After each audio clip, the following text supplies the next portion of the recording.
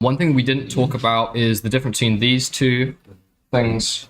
Well, the first one, underfit models, which is where you essentially have a model. It doesn't have enough capacity to fit the shape which you need it to fit. So you can see here on the left, the true data is the crosses and your predictions is the straight line.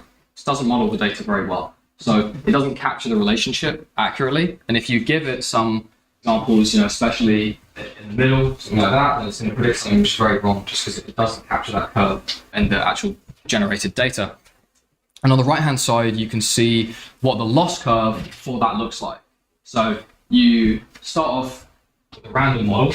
It's very bad, as always. And you adjust it step by step, changing the steepness and the vertical intercept there. And it gets better and better, but it doesn't get good enough. So you're way off where you need to be. That blue is the acceptable loss down there on the right-hand side.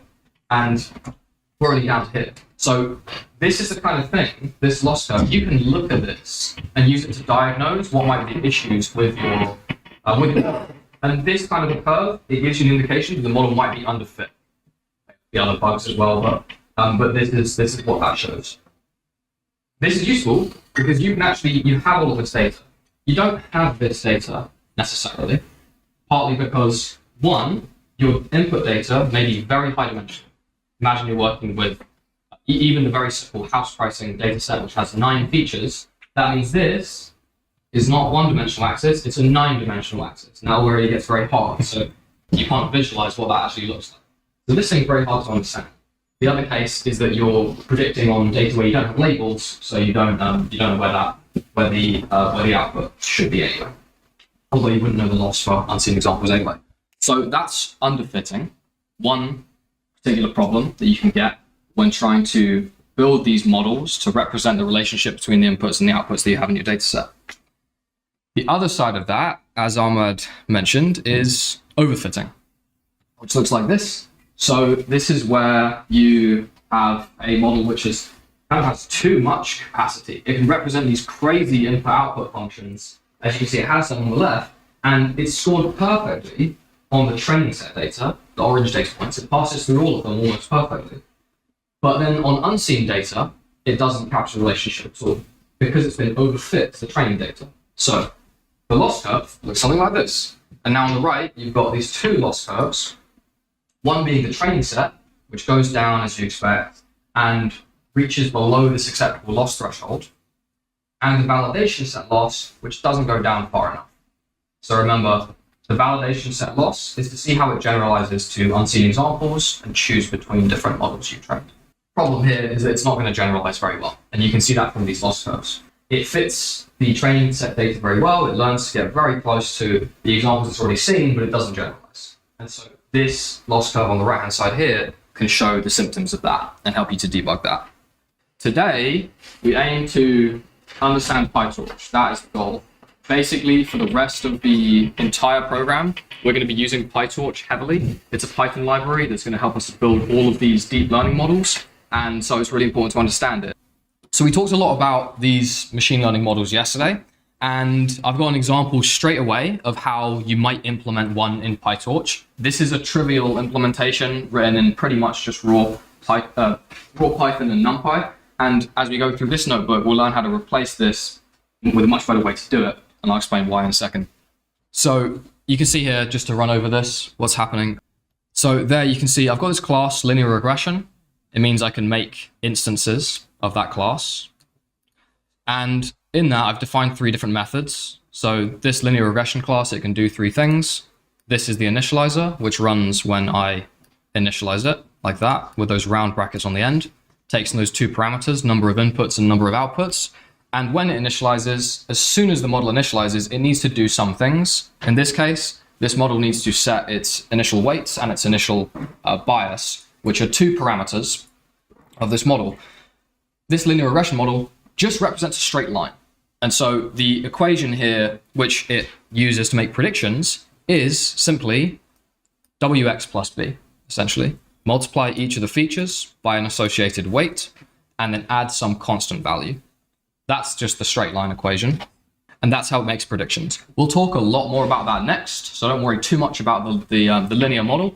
It's just a good example to show about how PyTorch works in a second. So the key thing in this code is the third function down here, which is get gradients. This is a function which returns you the values of how steeply the prediction will change as you change the different parameters. Again, I just asked some mathematician for these values and he told me them and I wrote them in the code, and that's fine. But the problem is that I actually had to know them and I had to write them. Why do we need the gradients? We want to have this value, which is the loss. I want to reduce that. I basically want to look at what's the most downhill direction of that curve. And I want to move the parameters in that direction such that the loss reduces. So I need to know the gradient of the loss with respect to the different parameters. And this here is actually the gradient of the predictions with respect to the parameters, but we'll join that all together later. The key thing is to understand here, with this implementation, I had to actually know and write out the equations for the gradients. So down here, just an example of how you might use that. I've got the model there, create some fake data, predict it, get the gradients. And if I run that, we'll let the notebook start and see the output there. Cool, so there's the predictions. I've got 2 data points, so I made 2 predictions. I've got the weight gradient and the bias gradient for each of those predictions. So moving on to the more important part, just firstly, this is kind of what's happening here. I showed this diagram yesterday, but this is what the equation looks like for the linear regression model. It's a straight line relationship between the inputs and the predictions. And you can see how the shape changes as you change the parameters on the right-hand side. So as the bias goes up and down on the vertical axis, that changes the y-intercept of the prediction. And as the weight changes, it changes the steepness. Higher weight or steeper. Again, we'll talk about that in a lot more detail. The idea is we just got to find these parameters on the right-hand side. Find the right parameters, and then the input-output relationship looks correct. Very simple model still on the left-hand side, but we'll make it more complex as we go. But it's a key building block.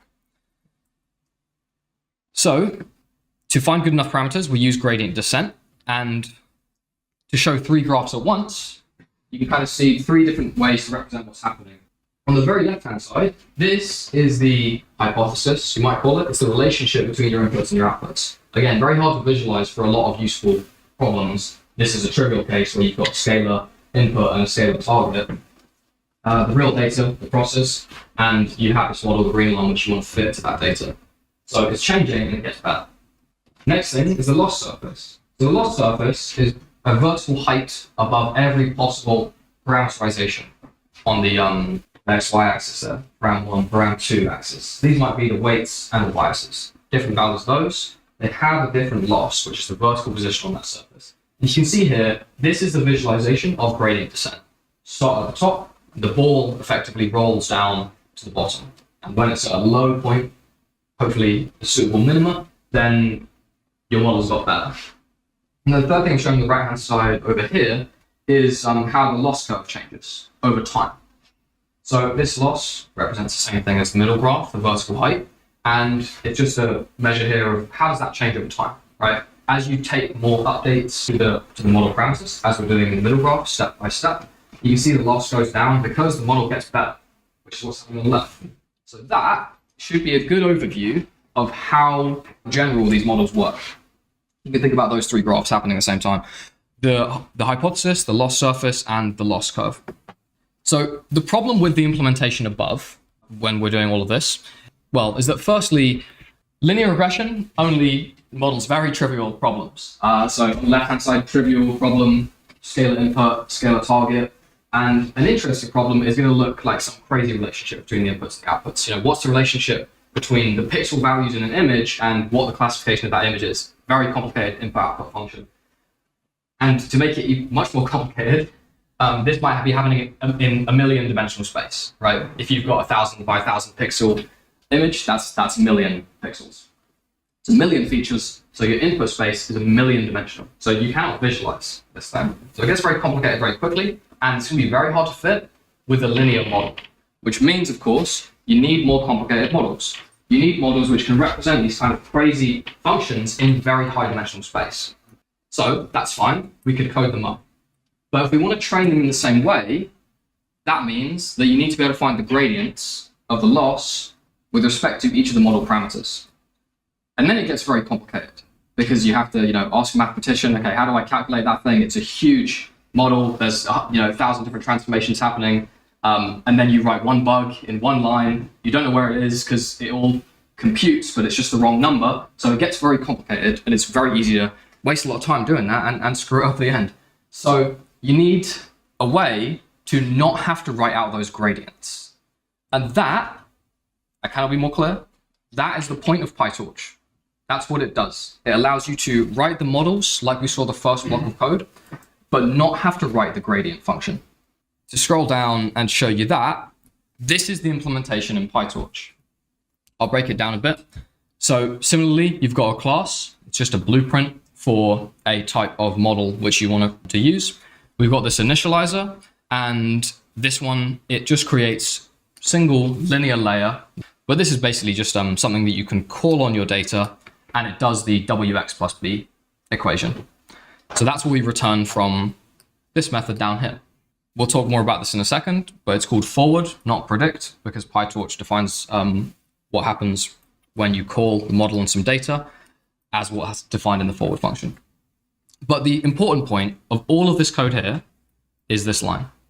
There's no need to implement get gradients. Under the hood, PyTorch can do that for us. In this case, how many lines have I saved us? I've saved us only 4 lines. Could have done it in 1, but I've saved us that line of code. And in the complicated case, this could be unwritable, basically, because you need to calculate all those gradients and you need to make sure your maths is right when you do it. Aside from that, there's a few key differences which I want to talk through here. Some things which I skipped over there. The first one is that the model inherits from this class called torch.nn.module. That's important for all PyTorch models, and it does a bunch of useful stuff under the hood. Some of it we'll kind of run into later. Some of it is useful to think about now. And one of those things, which I just alluded to, is the fact that every class which inherits from torch.nn.module, when you call it on some data like that, it's going to run the forward method. So this one's just a little nicety. That means you don't have to write model.predict all the time. You just can use it like a mathematical function. F of x is essentially what you're writing there. But it also means that PyTorch can do stuff in between what you define in here. Maybe some stuff before, some stuff after. It can track things and that sort of stuff. Maybe another thing which you want to know about is that it stores the parameters of any other transformation building block inside the model as parameters of this model, which makes them easy to access later when we want to optimize this model. When we want to optimize it, we need to know what parameters you want to change, and you can get them very easily by doing something like this. Okay? That method, not something I defined in here. It's something inherited from this class. So this class has all the definitions of the different methods, which are really useful for machine learning models. To run through a few others, some models behave differently whether you're evaluating them or training them. Sometimes you want to switch back to training mode. All these things are defined by torch.nn.module. A bunch of useful stuff. As I said, we'll figure it out when we come to it. But basically, there's a lot of useful stuff under the hood. It comes from torch.nn.module. Yeah, another important thing to note here is instead of defining parameters, we've actually defined an attribute of a class that represents the transformation. It's done using class from PyTorch, and it's this layer here, the nn.linear layer. So this contains all of the parameters now. Previously, we said something like self.weight equals numpy array, self.bias equals numpy array. And here, instead, you've just basically said the attribute is one of the transformations, this linear transformation. And as I mentioned earlier, that's something you can call on your data to apply that transformation, basically. So torch.nn, the neural networks module of Torch, contains all kinds of useful transformations, which we will get into later.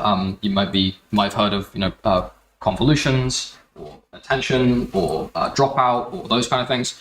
Again, very complicated to implement yourself mathematically, easy to do inefficiently or incorrectly, and PyTorch has all of them off the shelf. So that's what comes with PyTorch. So question, what does the super do? What does the super method do? Or what does a super function do? It's a built-in function to Python. Super gets you all of the methods and attributes from the parent class. So super returns you this object, And from it, you can access all of the methods and attributes of the parent class, including in it. Things like everything I mentioned there, the fact that forward implements the call, the fact that you can do .eval and .train, all of that comes from torch.nn.module being initialized. And so the point of this here is to initialize, or call the initializer of the parent class. But basically, this is a class that contains a bunch of useful stuff. And this just makes sure all of that's initialized correctly. If you don't have that, you'll get an error, which is a very common error. It will say something like this: cannot assign module before module.init call. And this is raised by torch.nn.module because it wants to make sure if you're defining building block transformations inside the class, it needs to know about them because it needs to know what the parameters of this model are. So torch.nn, you can think about this. This is a big folder. This is a file. This is a class inside a file. Yeah. So this is just a folder, and in there, there's a bunch of useful things, including the definition of the linear class. So this is a custom name, which I've defined myself, PyTorch linear regression, and call it whatever I want. This is a class somewhere else, which, it contains its own definitions of methods and that sort of stuff. And all of those are now kind of stacked into this model as well. So, there's another method here, which is like the parameters, as I showed, and that comes from the definition here. So where are the parameters is the first question. Well, I said they're in the transformation. They're in that linear layer. So I defined in my model an attribute called linear layer, and that itself, like everything in Python, is an object which has its own attributes. In this case, it's got an attribute called weight and an attribute called bias.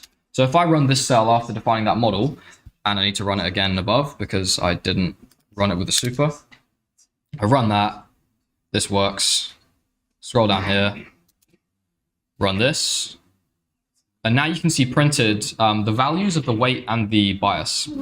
So those are the initial values, initially randomized values. So that's where you get the actual values of the weight and the bias from, which you might want to look at later. They might tell you something about what's important to your model, what features have high weights, low weights, what the bias is, etc. And then the next question, now we know where the parameters are, is where are the gradients? Well, to start with, they don't exist because we haven't calculated them. So we need to go through that process firstly. This is me doing that. So I've got some input data here. It's just a single example with 3 features, and I've got a label for it, just a scalar value. I initialize my model, tell it I've got 3 inputs and 1 output, and then I call the model on that data to make a prediction. At the end of that, I calculate the loss. So once I've done that, I get this, I don't need that line really, but we get this loss, and this is the thing which we want to figure out what's the rate of change of this loss with respect to the parameters. This value here actually represents our current height on the loss surface, just a single point on that surface that we showed earlier. Where are we? And what we want to know is how steep is this? How steeply does this change as I change each of my model parameters?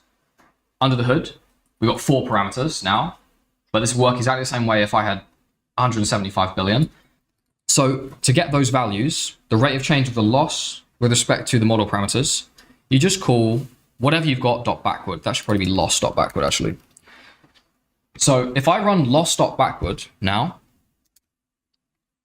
nothing happens apparently. But under the hood, this has happened. So what is this? Firstly, this is the graphical model of the linear regression model, which is all this spot on the left-hand side there, and the evaluated loss on the right-hand side there. So you might see a lot of these diagrams as we go forward, and if they're not clear at any point, feel free to stop me and let me know. But simply, from the left, I've got some input features x, I've got a weight, I multiply them together, get this xw, I add this constant offset, so that's the y equals mx plus b equation there, that's my prediction. Then I've got a label, I combine that with the loss using the mean squared error to calculate, with the prediction, to calculate the loss using the mean squared error. And that's the final value, which is like, how bad is the model right now? Given that, I want to go backward and figure out what's the rate of change of the loss with respect to every different thing in this graph until I can calculate how it changes with respect to the things that I actually care about, like my weight and my bias, because these are the things that I want to optimize using the gradient. So you may be aware of the chain rule, which is that if you have a series of transformations and you want to know how the input to that series of transformations affects the output, you can multiply their gradients together to get that final value. And that's the value that we want. We want to multiply this by this by this to get how the loss changes as we change W. That's basically a direction of what's the most uphill direction. And then we want to move in the opposite direction of that for all the values in there. That's just a dummy example. Really, you get them from your data set.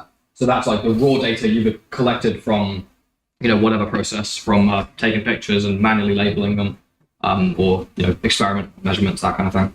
So important graph, make sure you understand it. That's how we calculate the rate of change of the loss with respect to the parameters of the model. All right, so there's a few details of this dot backward method, right? One of them is which tensors get their gradients populated. It's not all of them that get their gradient populated. Why is that? Well, it's because we don't need the gradient for some of them. For example, I don't need to know how the loss changes as I change X or Y, simply because I can't change those things. I got them from nature, from taking pictures and labeling with their classification. So I don't really need their gradient. And if I did compute it, it would just be wasted compute, wasted time, wasted space. So there is a flag which is set for all different kind of for all PyTorch tensors, which is the requires grad attribute. And that tells PyTorch, should I calculate the gradient of this thing when I do dot backward or not? It does this recursively. So it'll kind of look at, okay, what did I call dot backward on? Which of those things have requires grad equal true? This one doesn't, so I don't calculate its gradient. This one does, so I do. And then it will go recursively and do the same thing again. Okay, both of these have requires grad equal true. Calculate their gradient, and then look on this one. Okay, this one doesn't have requires grad equal true. This one does. So down here, you can print those values, right? So we've got input data. We've got the model's linear layer weights. We've got the model's linear layer bias, and we've got the prediction. The first three are probably obvious. As I've said, we don't need the gradient of our input. We do need the gradient of our weight, and we do need the gradient of our bias.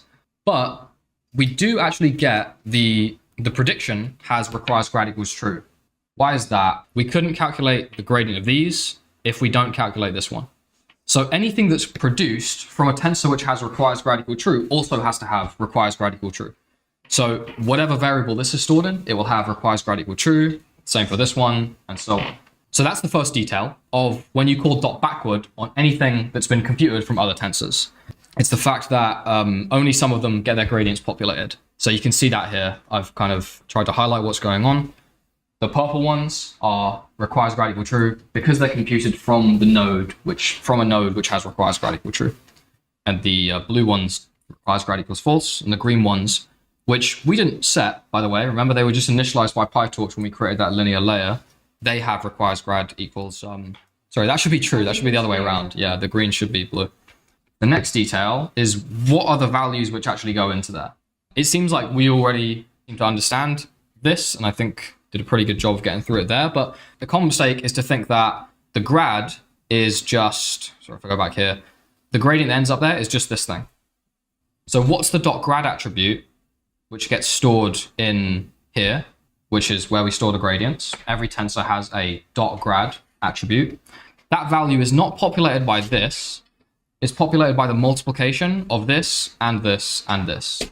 So PyTorch not only calculates the gradients between each different transformation, but also multiplies them together from the thing you called dot backward on, in our case, our loss, well, the things which you want the gradients of, which is everything which has requires grad equal true.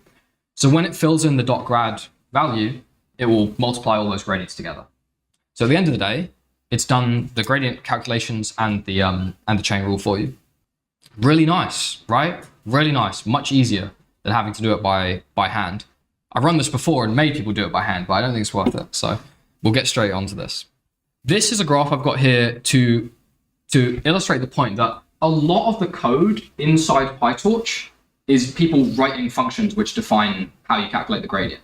So PyTorch in the torch.nn module has all these transformations, like I said, linear and dropout and convolution and everything like that. And all of them have an associated gradient function, which is, okay, if I have a certain input, how steep is the input at that point? And a lot of the code in PyTorch is actually just defining those things. So PyTorch gets it, and PyTorch stores it in each variable in this grad function attribute. So down here, I've got a bunch of different things, well, just a bunch of different variables, right? I've got my inputs, my model parameters, and my prediction. And now I'm printing their grad function. So let's take a look at what that gives us. The grad function for the inputs, the weights, and the bias is none, because they were just loaded in or initialized randomly. They didn't come from any function. But the prediction, it came from something called add backwards 0. So this is basically the function which created the prediction. And PyTorch stores that.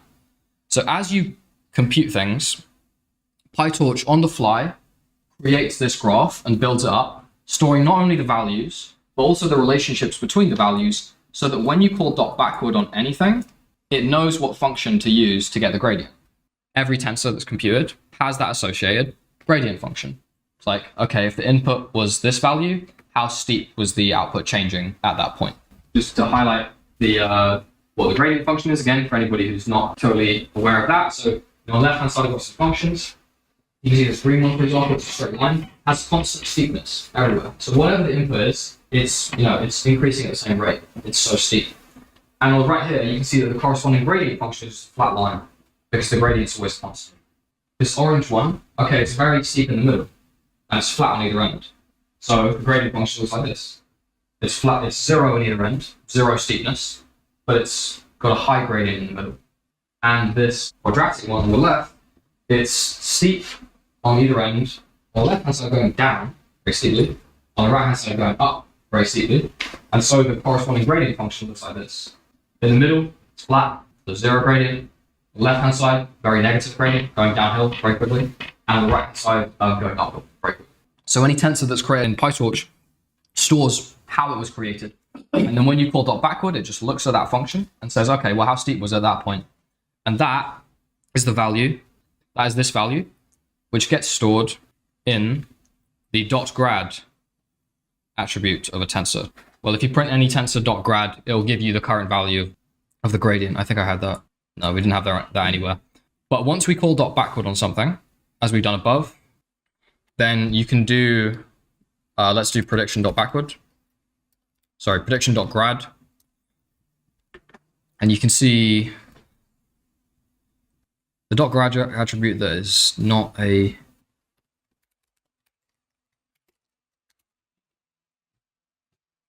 so it's not a function which you can call, it's just an actual, it's a value. In this case, the value is none.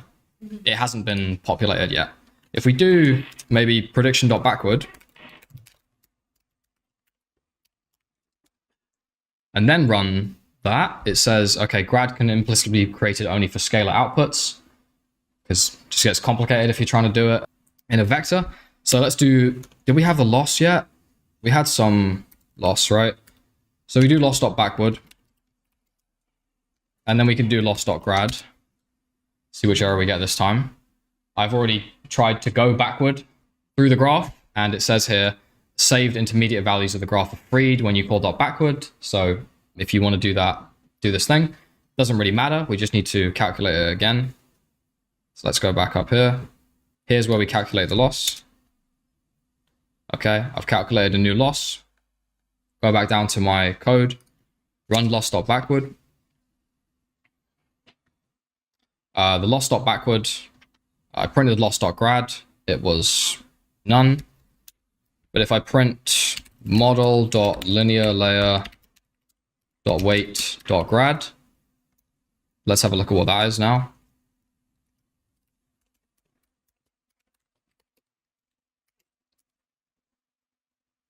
You can see that's been populated by these values.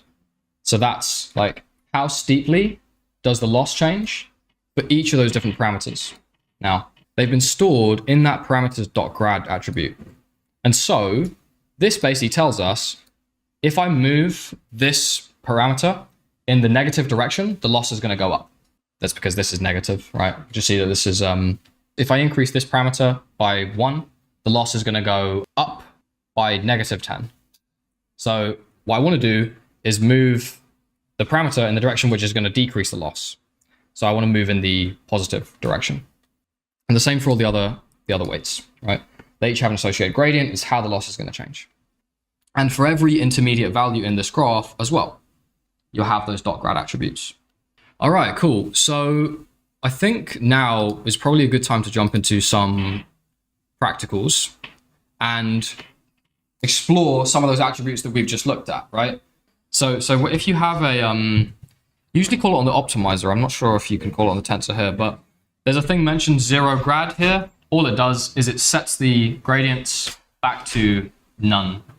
Why is that? For the next iteration of the model. So we want to get the gradients not just once. We make one prediction, but we want to make a prediction, calculate the loss, get the gradients, and then update the parameters just a little bit, and then do that many times. So every time we go through that series of steps, you want to zero the gradients back again, because once you move them, what's in the .grad attribute, the gradients, is stale. So you want to get rid of it. So that's what 0 grad does. In this practical, it says you can call it on the tensor. You should check that for me, but you usually call it on the optimizer. So I'll show you that whole example in a second. But essentially you do, okay, predictions equals model colon X, calculate the loss, and then do loss or backward, have optimizer, and then update the parameters of the optimizer, and then do optimizer.0 grad. That will look at all the parameters of tracks and set them back to 0. All right, so there's my X, right? I've got this X dot requires grad equals true. Well, X dot requires grad, what's it going to be? It's going to be false by default. So if you create anything, it will not be something that PyTorch thinks you are looking to find the gradients of. Now, if I can, of course, set that equal to true, and then if I were to print that, it would say that it's true. So we'll save that for the moment. So just remember it's false by default. Let's say that loss is equal to X plus, let's do a proper one. Let's say it's equal to, okay, we've got some Y. So Y is equal to WX plus B. Plus B, I'll need those W and X. So W is torch.random.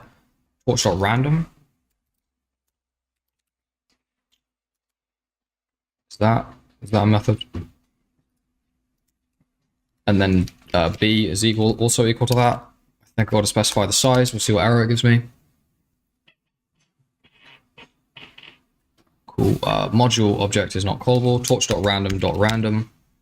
Yeah, let's do rand n, so we just get a number from a random normal distribution. Torch.rand, somewhere in between where we were. All right, so torch dot.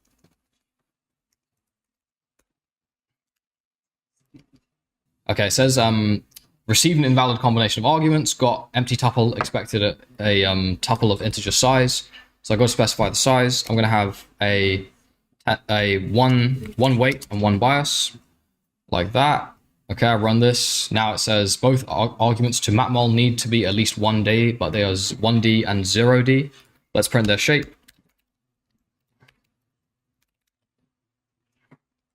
I'll comment out the other stuff so we can move a little bit faster. W.shape, it has this shape of 1. What about X? Has this shape of 0. Apparently, it's just a scalar value. So I want to create a torch tensor. Let's create it from a list of numbers, 1, 2, 3, like that. So now it's going to have 3 numbers in. It has torch size 3. I want to bring back this, but now my weights are going to need to be 3 values.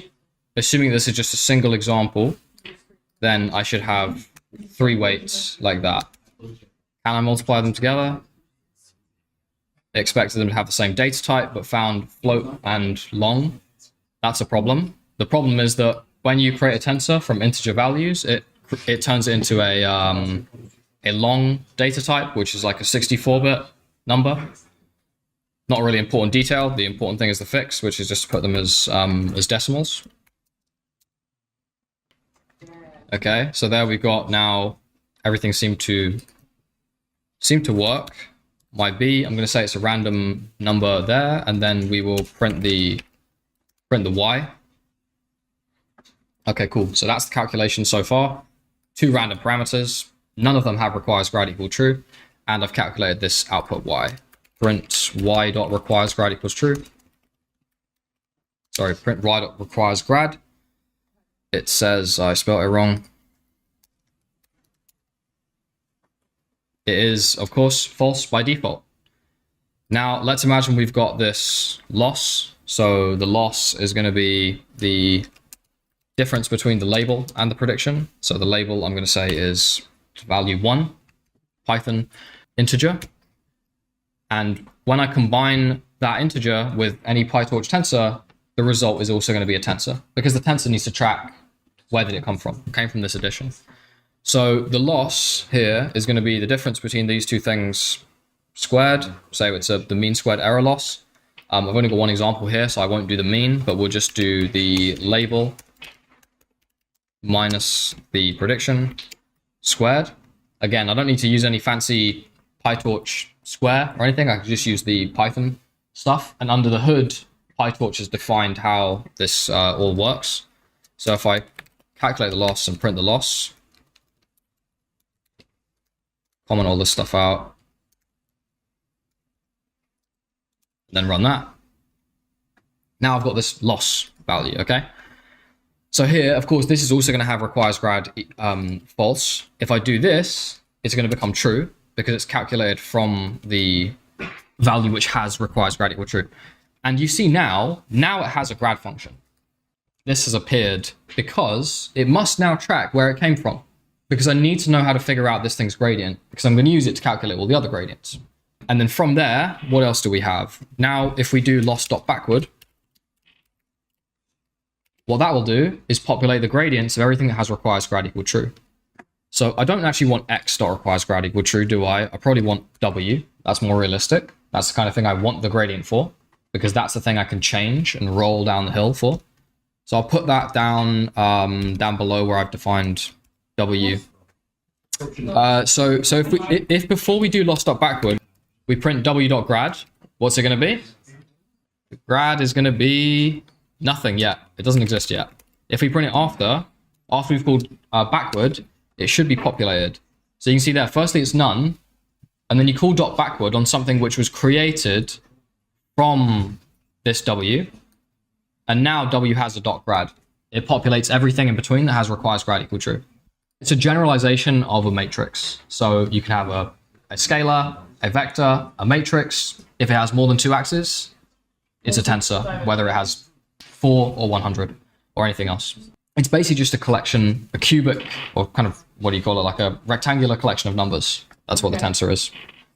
Sweet. So now we've got this dot grad. What else did we have? Requires grad equal true. Grad function, maybe.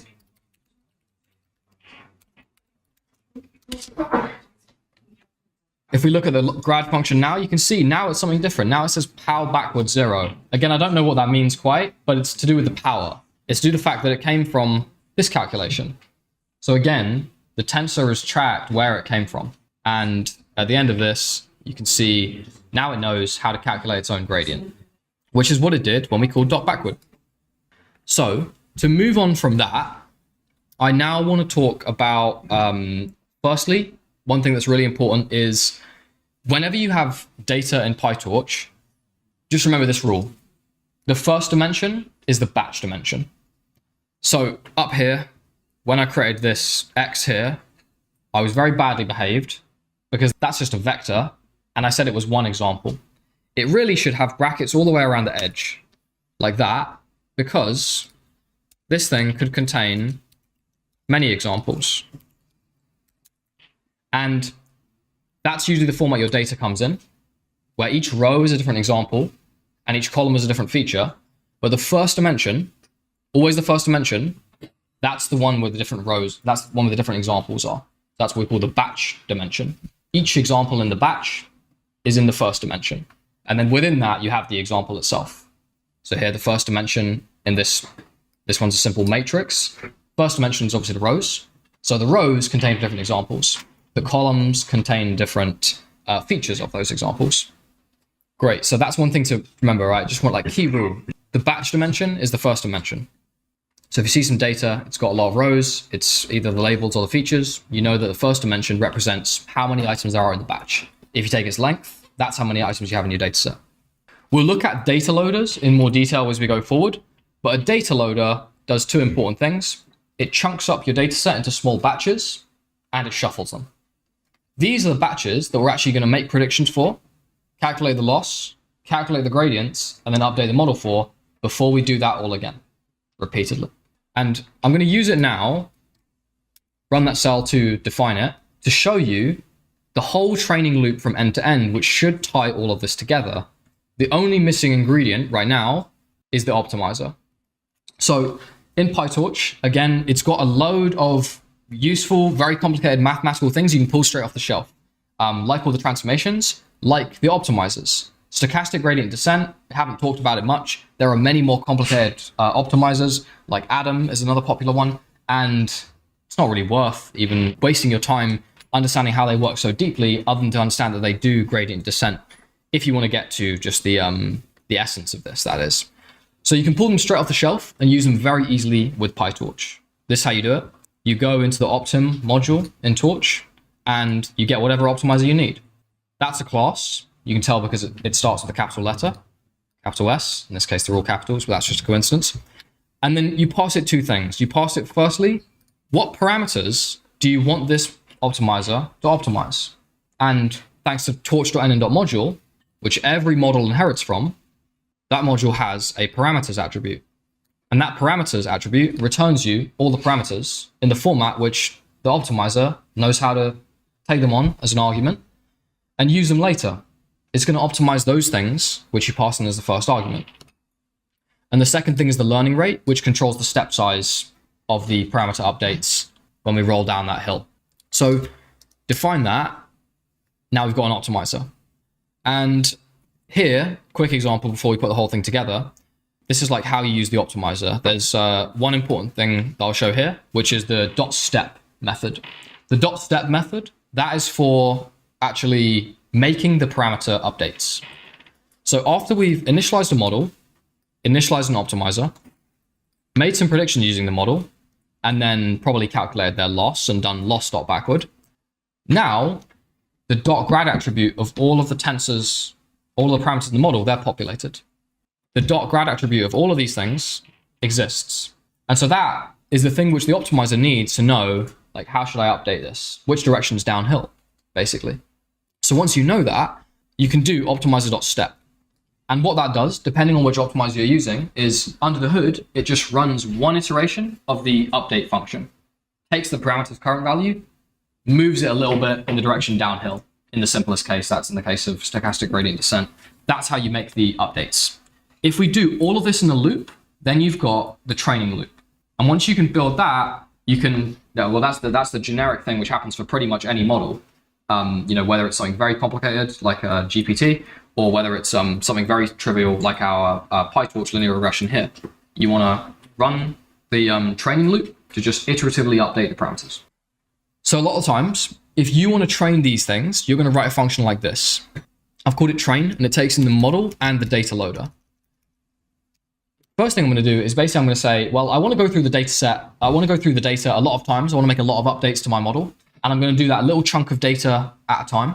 But maybe I don't have a very big data set, or maybe I need to make more updates than I have batches in my data set. So I'm going to go through the whole data set many times. And we call one round through the whole data set an epoch. So I'm going to say for each epoch in my range of epochs, I'm going to go through the data set that many times, essentially. And then I'm going to go through each batch. So I'll say for batch in data loader, the data loader does two things. It batches the data set together into little batches, and it shuffles them every time it restarts. So I'm going to go through the data set this many times, and I'm going to go through every batch in the data set. For each of them, what am I going to do? Firstly, we need to separate out the features and the labels, which are in the batch, like that. And then, exactly right, we're going to pass the features through the model. This gives you the prediction. So prediction comes out of the model when it's called on the features like that. This here is just the same as saying features equals batch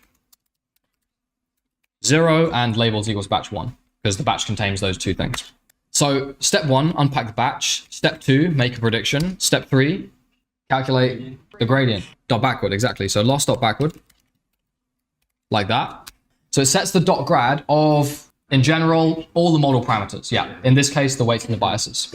So we may have models later with many more parameters. They'll all be generally weights and biases, but it sets all of their dot grad attribute So loss is equal to, again, you can pull it straight off the shelf from PyTorch, torch.nn.functional.mse loss. Take the mean squared error loss between the prediction and the labels, like that. Again, just look it up if you don't happen to know it like I do. And then do loss dot backward. After that, next step. Now we've got the loss. So we need to do something up here and then take that step. Up here, I need to define the optimizer. And that comes from, as we saw, torch.optim.sgd. So get that optimizer, the SGD optimizer, is just going to roll the ball down the hill in maybe a rather sophisticated way. And it takes in 2 parameters. The learning rate is a second parameter, exactly. I'll just initialize it as a random small number. The model parameters, yeah. How do I get the model parameters? Model.parameters, exactly, yeah. And that's a method, right? So we need to call that one.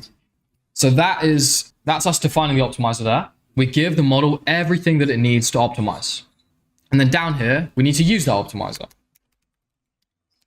Optimizer.step. That just makes one update of the model parameters of everything the optimizer is tracking. You can set that to whatever you want. So right now, at this point, the model parameters have had their .grad attribute set. Their gradient tells you which direction to go. And we've made an optimization step which changed those model parameters. But they still got the old .grad attribute.